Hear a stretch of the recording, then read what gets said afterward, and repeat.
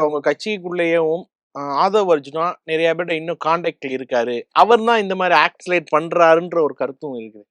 இல்ல அப்படியெல்லாம் சொல்லிட முடியாது. அப்படி அவர் சொல்லி ஒரு முடிவுக்கு வந்து எல்லாரும் போயிட மாட்டாங்க. ஆனா ஆதவ அர்ஜுனா கருத்து வந்து நிச்சயமா எங்க கட்சிக்குள்ள இருக்கும்பொழுது, அவருடைய கருத்து சரியா தான் இருந்துச்சு. இல்ல ஆட்சியில் அப்போ ஆனா எதிர்த்தீங்களே எல்லா பேருமே நீங்க கூட எதிர்க்கல சார். ஒரு கூட்டணி இருக்கும்போது, நீங்க தலைவர் முடிவுக்கு விரோதமா பேசாதீங்கன்னு சொன்னோம். ஆனா அந்த கருத்துல எங்க தலைவருமே சொல்லியிருக்கார்ல, எனக்கும் உடன்பாடான கருத்து தான். இப்போதைக்கு வந்து அதுக்கு வாய்ப்பில்லன்னு நெனைக்கிறோம்னு சொல்றோம். ஆனா அதே சமயத்தில் திமுகவுடைய தலைவர் மரியாதைக்குரிய மு.க.ஸ்டாலின் அவர்கள் தமிழ்நாட்டில் கூட்டணி ஆட்சிக்கு வாய்ப்பே இல்லை என்று சொன்னார். அது தப்பான கருத்துன்னு இப்ப மக்கள் ப்ரூவ் பண்ணிட்டாங்கல்ல. இல்ல அப்ப எதுவும் நீங்க சொல்லலையே, வாய் திறக்கவில்லையே. விசிகாவோ விசிகா தலைவரோ இல்ல கூட்டணி ஆட்சி முடியல அப்படின்னா நான் சொல்ற இடத்துல இல்ல. எங்க தலைவர் தான் சொல்ற இடத்துல இருந்தாரு. அப்ப அந்த கருத்து உடன்பாடான கருத்து கிடையாது. அது அந்த கருத்துல எனக்கு எப்போதும் உடன்பாடு. அது என்ன வந்து தமிழ்நாட்டு மக்கள் இப்ப ஏத்துக்கிட்டாங்களா, என்ன பண்ண போறீங்க? இப்பதான் வந்து கூட்டணி ஆட்சி வேணும்னு சொல்லிட்டாங்க. இப்ப எங்க தலைவர் அதான் சொல்றாரு.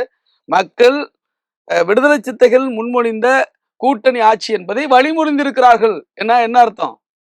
அன்னைக்கு நாங்க வந்து பிஜேபி, ஆர்எஸ்எஸ் போன்ற சங்க பரிவாரங்களுக்கு இடம் கொடுத்துடக்கூடாது. இங்கே இந்த மண்ணை வந்து மதவாத சக்திகளுக்கு இடம் கொடுத்துடக்கூடாது என்று நாங்கள் அமைதியாக இருந்தோம். எங்களுடைய கொள்கை, எங்களுடைய நிலைப்பாடெல்லாம் விட்டு கொடுத்திருந்தோம். ஆனா இன்னைக்கு மக்களே முடிவு பண்ணி சொன்ன பிறகு அதை ஏற்பதுதான் அறம், அதை ஏற்பதுதான் சரி. அந்த வகையில் இன்றைக்கு மக்களுடைய கருத்தை, மக்களுடைய எண்ணத்தை, மக்களுடைய தீர்ப்பை ஏற்று விடுதலை சிறுத்தைகள் விஜய் அவர்களுக்கு ஆதரவு கொடுக்க வேண்டும், தமாகவுக்கு ஆதரவு கொடுக்க வேண்டும். கூட்டணி ஆட்சியை உருவாக்குவதற்கு அவர் தயாராக இருந்தால் அதற்கும் தயாராக இருக்க வேண்டும்.